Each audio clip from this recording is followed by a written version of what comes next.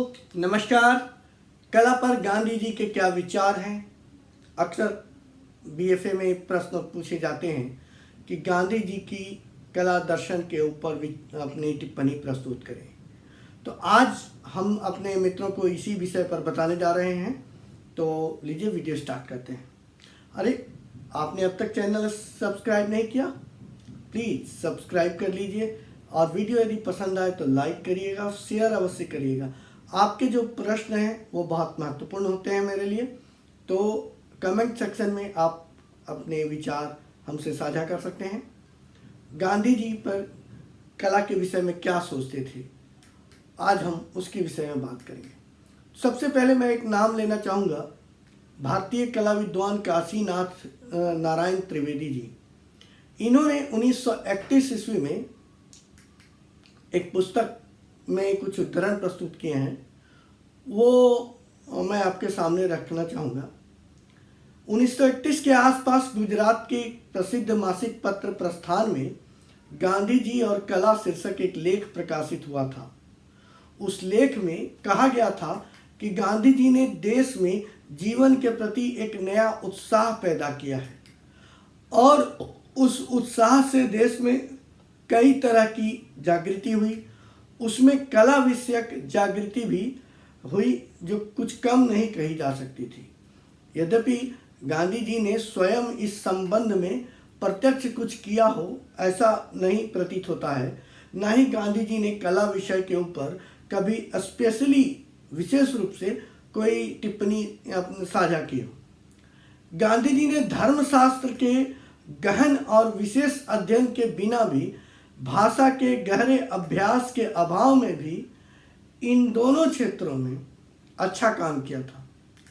गुजरात की समग्र भाषा ने जो एक नया स्वरूप धारण किया है उसमें गांधी जी के दर्शन का प्रत्यक्ष हाथ है, परंतु दूसरी कलाओं के क्षेत्र में उन्होंने कोई प्रत्यक्ष रूप से काम किया हो यह ज्ञात नहीं होता।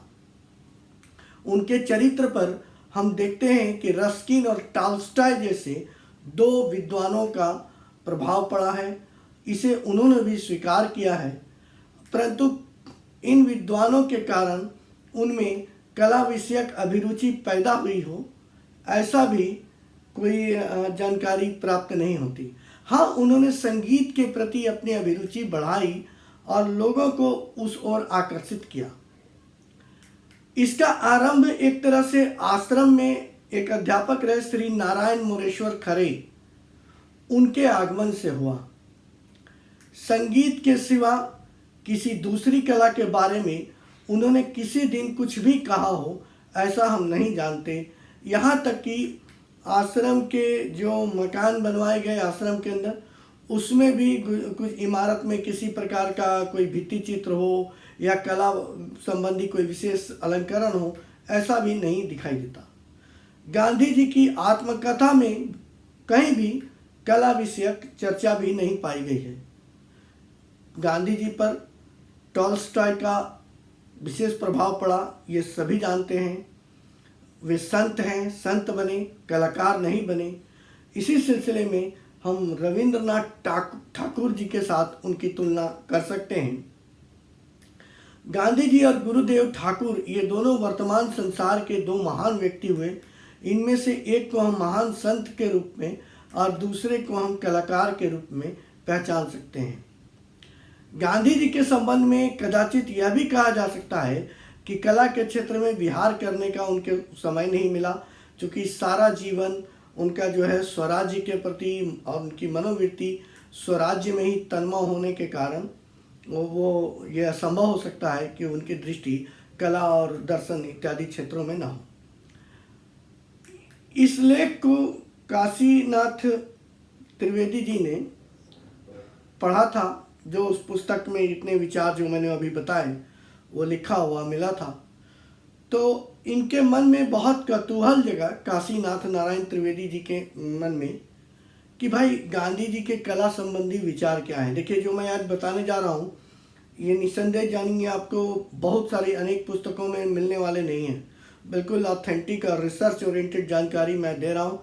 गांधी जी के कला संबंधी क्या विचार हुए आखिर वो कौन सी चीज़ थी जो गांधी जी के कला के प्रति रुचि उत्पन्न की, इन सब को आपको जानकारी हमारे इस वीडियो में मिलने वाला है, तो अंत तक बने रहिए। तो गांधी जी के मन में जो कला संबंधी क्या विचार है, यह जानने की इच्छा से काशीनाथ नारायण त्रिवेदी जी ने तुरंत एक पत्र लिख दिया गांधी जी के आश्रम में।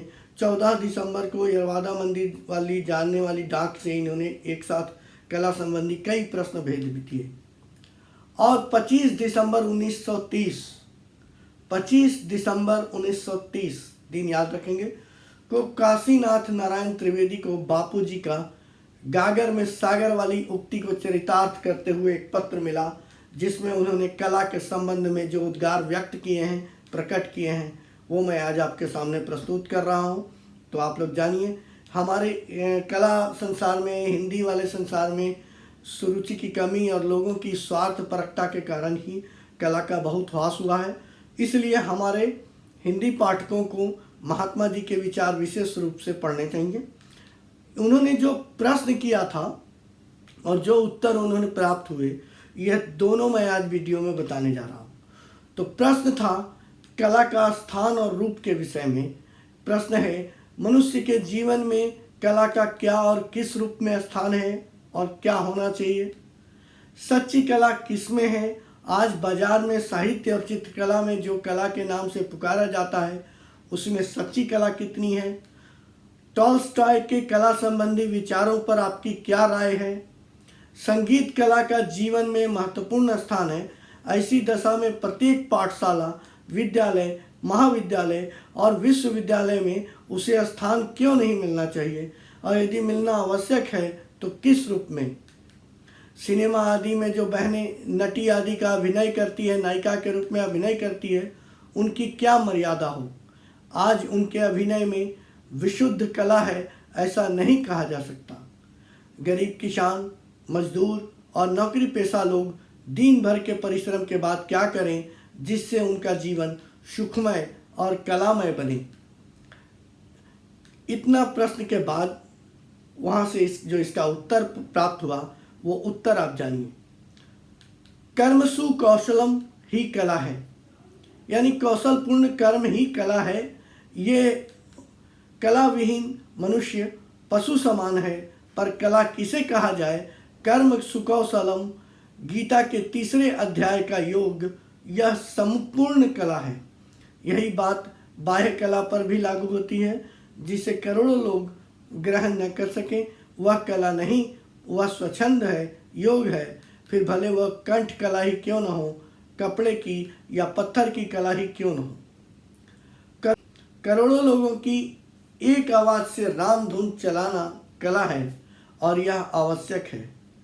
बहुतेरे मंदिर कलामय हैं और वह कला ऐसी कला है जिसे करोड़ों लोग ग्रहण कर सकते हैं। मंदिरों में पूजा पाठ आदि का आवश्यकता अनुसार श्रद्धापूर्वक होना कला का नमूना है, या जो जहाँ है, जिस क्षेत्र के संयोग का प्रमाण ख्याल रखा जाता है, वह कला वहाँ कला है। गांधी जी ने लिखा, फिल्म मुझे पसंद नहीं है, इसलिए मैं सिनेमा कभी गया नहीं हूँ, इसलिए इसके संबंध में मैं नहीं बता सकता। विचार पूर्वक काम करने से उसमें रस पैदा होता ही है। विचार पूर्वक किया गया काम कलामय बनता है और सच्ची कला सदा रसमय होती है। कला ही रस है, यूँ भी कह सकते हैं। यज्ञमय जीवन कला की पराकाष्ठा है। सच्चा रस उसी में है, क्योंकि उनमें से नित्य नए नए झरने झरते रहते हैं। मनुष्य उसे पीते हुए थकता नहीं है, उसका रसपान करते हुए कभी नहीं थकता। जो लोग यज्ञ बोझ रूप में लगे, जो कार्य बोझ रूप में लगे, वह कार्य अच्छा नहीं माना जा सकता। जो मन को खटके, वह त्याग नहीं है। भोग का परिणाम नाश है, त्याग का परिणाम अमरता। रस स्वतंत्र वस्तु नहीं है, रस हमारी वृत्ति में है। एक को नाटक के पदों में मजा आएगा, दूसरे को आकाश में जो नित्य नए परिवर्तन होते रहते हैं उसमें मजा आएगा। अर्थात रस तालीम या अभ्यास का विषय है। बचपन में रस के रूप में जिसका अभ्यास कराया जाता है, रस के रूप में जिसकी तालीम जनता को दी जाती है, जिसका ज्ञान दिया जाता है, वे रस माने जाते हैं। और इसी प्रकार सरल रूप में हम कहें तो जो सामान्य जनों, सुधी जनों और समाज के एकदम सामान्य वर्ग के लोगों के प्रिय हित में हो, वैसी कला ही कला मानी जाती है। एक राष्ट्र या प्रजा को जो रसमय प्रतीत होता है, वह दूसरे राष्ट्र या प्रजा को रसहीन होने लगता है, रसहीन लगता है। अब जाहिर सी बात है, हमारे यहाँ का जो कल्चर है, हमारे देश की जो संस्कृति है, वो हो सकता है क्या वास्तव में है कि यूरोप के लोगों को वो पसंद ना हो, या इटली के लोग उसका आनंद ना ले सकें, अमेरिका के लोगों को उसमें थोड़ा रसहीन लगे, वहाँ के लोग अर्धवस्त्र पहनते हैं, हमारे यहाँ पूर्ण वस्त्र की धारणा है। तो इस प्रकार रुचि, कला, अभिरुचि, संस्कृति सब में तमाम अंतर दिखाई देते हैं। तो जो यही महात्मा गांधी जी का कहना है कि दूसरे राष्ट्र और दूसरे प्रजा को जो रसहीन लग सकती है, वो हमारे लिए रसयुक्त हो सकती है। इसलिए यहाँ पे मत भिन्नता हो सकती है, लेकिन कला वही है जो समाज के हित में हो। जैसे 16 श्रृंगार सेवा में सजाने होते हैं। अब मंदिर में भगवान की सेवा करते हैं तो वहाँ पे 16 श्रृंगार सजाए जाते हैं, अपनी समस्त कला उसमें उड़ेलनी होती है। वह है पहली चीज़। और बाद में है अपनी सेवा। सेवा के दौरान जो हम अपनी कला वहाँ उड़ेलते हैं, उसकी सज्जा, अलंकरण इत्यादि के प्रति अपनी जो निष्ठा व्यक्त करते हैं, वह पहली चीज़ है। और बाद में है अपनी सेवा, अपना समर्पण। फिर प्रश्न उन्होंने लिखा कि संगीत और चित्रकला सीखने में कौन कौन से गुणों का विकास होता है, विद्यार्थी के लिए इसका कितना परिचय आवश्यक है। तब उत्तर में उन्हें मिला कि संगीत से ईश्वर का ध्यान आसानी से किया जा सकता है। ईश्वर को हम आसानी से संगीत के माध्यम से ईश्वर के प्रति एकाग्र हो सकते हैं, याद कर सकते हैं। संगीत और चित्रकला समस्त विश्व की एक भाषा है। संगीत से विशेषकर कंठ खुलता है और चित्रकला से आँख और आँखें खुलती है। भक्त परायणता सीखने के लिए पर्याप्त हो, इतना इसका परिचय आवश्यक है। यानी जिस कला या संगीत का से हम अपनी देवत्व को प्राप्त कर सकें, उतना ज्ञान हमें कला और संगीत का होना अति आवश्यक है। इस प्रश्नोत्तर के अतिरिक्त गंधर्व महाविद्यालय की संगीत पत्रिका में गांधी जी ने संगीत के संबंध में लिखा। एक श्लोक में कहा है कि संगीत ज्ञान से शून्य आदमी अगर वह योगी नहीं हो तो पशुवत है। सच पूछा जाए तो योगी भी संगीत के बिना अपना काम नहीं चलाता। उसका संगीत हृदय वीणा से निकलता है, हृदय वीणा से निकलता है। इसी कारण वह हम लोग उसे सामान्य रूप से सुन नहीं पाते। योगी हृदय से द्वारा भगवान का भजन करते हैं। हम कंठ द्वारा उसका भजन ग्रहण करें या दूसरे जो इस तरह का भजन करते हैं उसे सुनते हैं, या यूँ करते हुए हम अपने हृदय में निरंतर गूंजने वाले संगीत को सुनने लगेंगे। गांधी जी की प्रेरणा से नंदलाल बोस एवं अन्य कुछ चित्रकारों को भारतीय स्वतंत्रता आंदोलन के दौरान कांग्रेस अधिवेशन की पंडाल सज्जा का दायित्व मिला।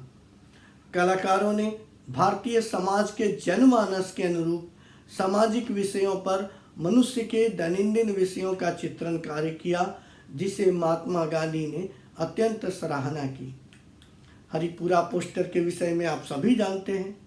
महात्मा गांधी के कृतित्व से उनकी कला विषयक विचारधारा भी स्पष्ट होती है, जिसका सार यह है कि जो कला समाज के उत्थान के लिए, मनुष्य के उत्थान के लिए हो, वही सुंदर है। महात्मा गांधी जी ने हरिपुरा पोस्टर जब बनाए नंदलाल बोस ने, तो उसकी समृद्ध रूप से भूरी भूरी प्रशंसा की।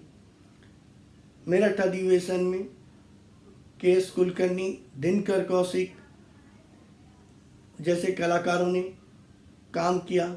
बड़े बड़े म्यूरल बनाए, मूर्तियां बनाई, और इन सब को पीछे महात्मा गांधी की कला प्रेरणा ही रही थी। राष्ट्र प्रेम की भावना सब उस समय लगभग सभी कलाकारों के मन में भी थी। तो महात्मा गांधी की जो चेतना थी, जो सारे कृतित्व थे, उनकी जो उद्गार थे, वो सब राष्ट्र प्रेम के लिए आपको प्रेरित करते थे। तो निसंदेह हमारे मित्रों को पसंद आएगा। मैं इसका संदर्भ बताना चाहूँगा कि जो लोग इस संदर्भ को जानना चाहते हैं तो पुस्तक का नाम है विशाल भारत, पृष्ठ संख्या 19 पे उसमें ये उद्धरण है और 1931 में इसका कला संस्करण प्रकाशित हुआ था। कहते हैं बहुत ही छोटा सा ही है और इसको संक्षिप्त है, लेकिन आपको विस्तृत करना होगा और जगह के संदर्भों से।